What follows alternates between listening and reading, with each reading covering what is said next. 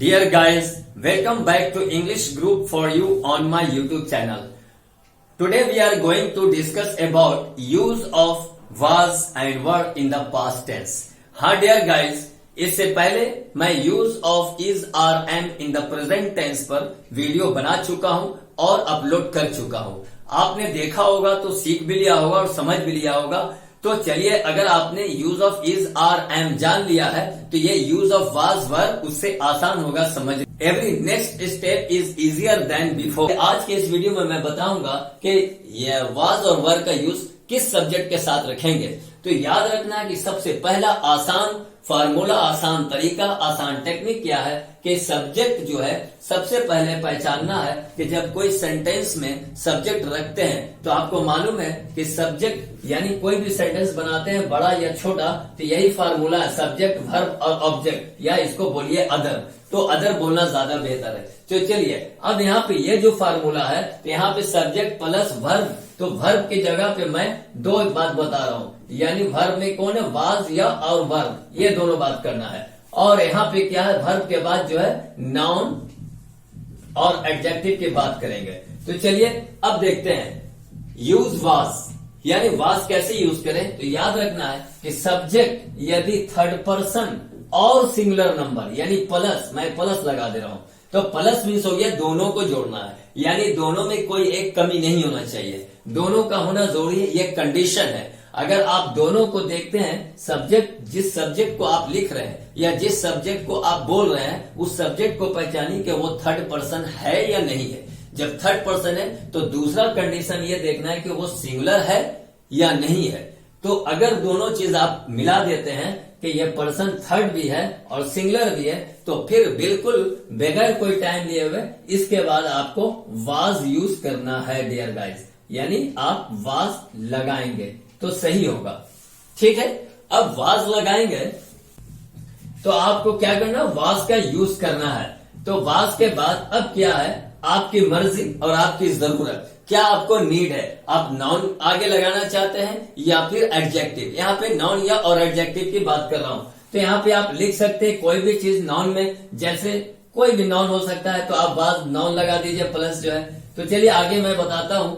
तो आपने सीख लिया, समझ लिया. जब कोई भी सेंटेंस आप लिख रहे हैं या बोल रहे हैं तो सबसे पहले आपको देखना है कि सब्जेक्ट थर्ड पर्सन है, वेरी गुड. उसके बाद देखेंगे सिंगुलर है, तो ठीक है. तो जब दोनों रहेगा तब आप पास्ट टेंस में वाज यूज करेंगे. चलिए, अब बात यह रही कि जब सिंगुलर या थर्ड पर्सन दोनों में कोई एक कमी हो गया तो फिर क्या करेंगे. तो फिर क्या करेंगे, बहुत ही आसान है, मैंने बोला था कि बहुत ही आसान है. तो फिर जब वो नहीं है तो वर्ब का यूज कर लेंगे, ये वाला वर्ब. हमारे पास तो ऑप्शन है ना, वाज और वर ही तो यूज करना है, तीसरा तो है नहीं जो तीसरा सोचेंगे. तो पहले क्या सोचना है, वाज लगाना है. तो वाज लगाने के लिए देखना है कि वो सब्जेक्ट जो है वो थर्ड पर्सन है और सिंगुलर है, तो वाज लगाएंगे. और अगर इनमें से कोई एक कमी भी है, थर्ड पर्सन है लेकिन सिंगुलर नहीं है, ये प्लुरल है, तो फिर वाज नहीं वर लगाएंगे. और अगर सिंगुलर है और थर्ड पर्सन नहीं है तो भी वाज नहीं लगेगा, वर लग जाएगा. तो बस समझ में आ गया होगा कंडीशन.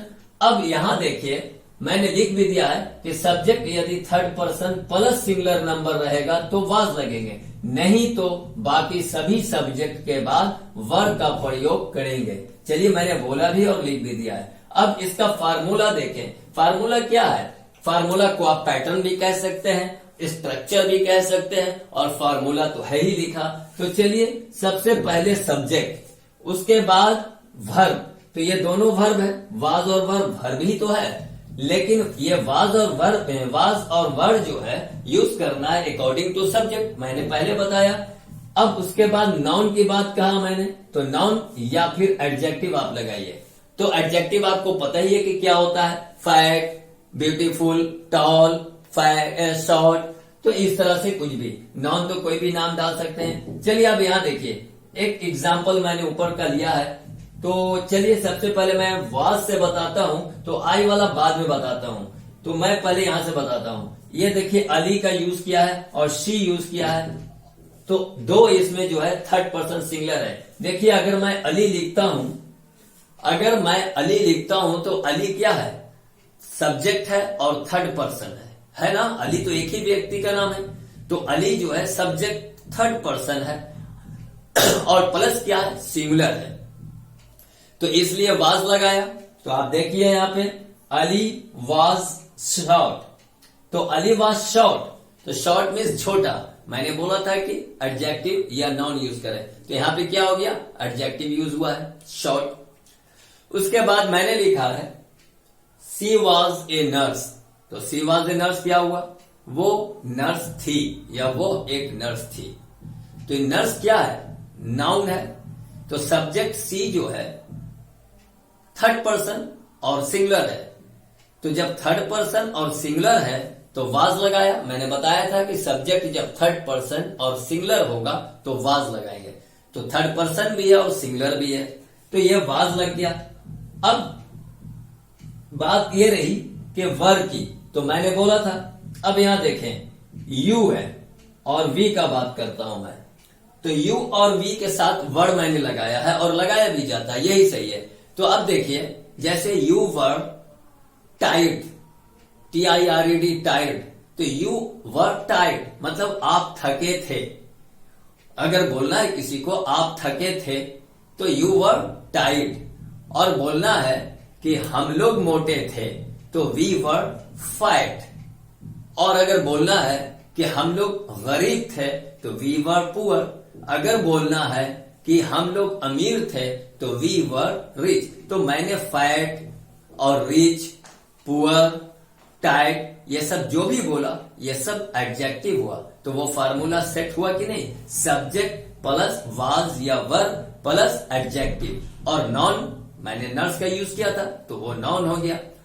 अब यहां देखें थर्ड में लास्ट में he you and I were students, मैंने क्या बोला, he you and I were students. अब आप देख रहे हैं कि इसमें तीन सब्जेक्ट है, यानी ही भी है, यू भी है और आई भी है। तो मैंने इस सेंटेंस को एग्जाम्पल में देना जरूरी समझा, और आप डियर गाइस इसको आगे नहीं बढ़ाए, बहुत इंपॉर्टेंट बात बतला रहा हूं। तो ही यू एंड आई, अगर आपको एक साथ कई सब्जेक्ट लगाना, मैंने तो तीन ही सब्जेक्ट डाला, ही यू एंड आई, यानी he third person, you second person और आई फर्स्ट पर्सन। तीन ही तो पर्सन होता है, फर्स्ट पर्सन, सेकंड पर्सन और थर्ड पर्सन, तीनों पर्सन मैंने इसमें यूज किया है। तो ही, तो ये तरीका है, ये रूल्स है कि जब तीनों पर्सन होगा सब्जेक्ट में तो आप पहले आई नहीं लिखेंगे, पहले यू नहीं लिखेंगे, पहले क्या लिखना है, ही लिखना है या ही बोलना है। तो ही थर्ड पर्सन, उसके बाद सेकंड पर्सन, यू, उसके बाद फर्स्ट पर्सन, यही रूल है। ऐसा नहीं कि आई ही यू कर देंगे या यू ही एंड आई कर देंगे, तो ये गलत हो जाएगा।